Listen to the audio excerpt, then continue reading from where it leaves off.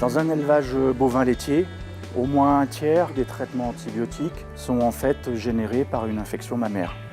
On peut voir dans certains cas que les mammites à elles seules peuvent représenter une perte de l'ordre de 40, 50, peut-être même des fois 60 € ramenés aux 1000 litres produits. Alors c'est un enjeu très important puisque aujourd'hui la qualité du lait conditionne totalement la rentabilité d'une exploitation. Dans le cadre des infections mammaires, l'importance de l'antibiorésistance dépend beaucoup du germe qui est en cause.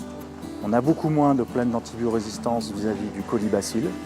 Par contre, on a aussi évidemment beaucoup de mammites dues à la fois des streptocoques et surtout des staphylocoques dorés, qui est aussi un germe qui pose d'énormes problèmes en médecine humaine à l'hôpital.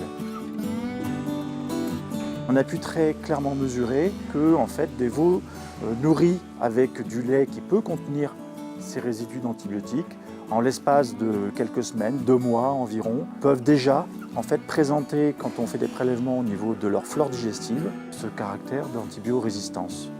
Et donc on dispose aujourd'hui d'un petit peu de recul pour se permettre de promouvoir sans aucune équivoque des pratiques qui soient beaucoup plus ciblées, des techniques de traitement beaucoup plus sélectifs.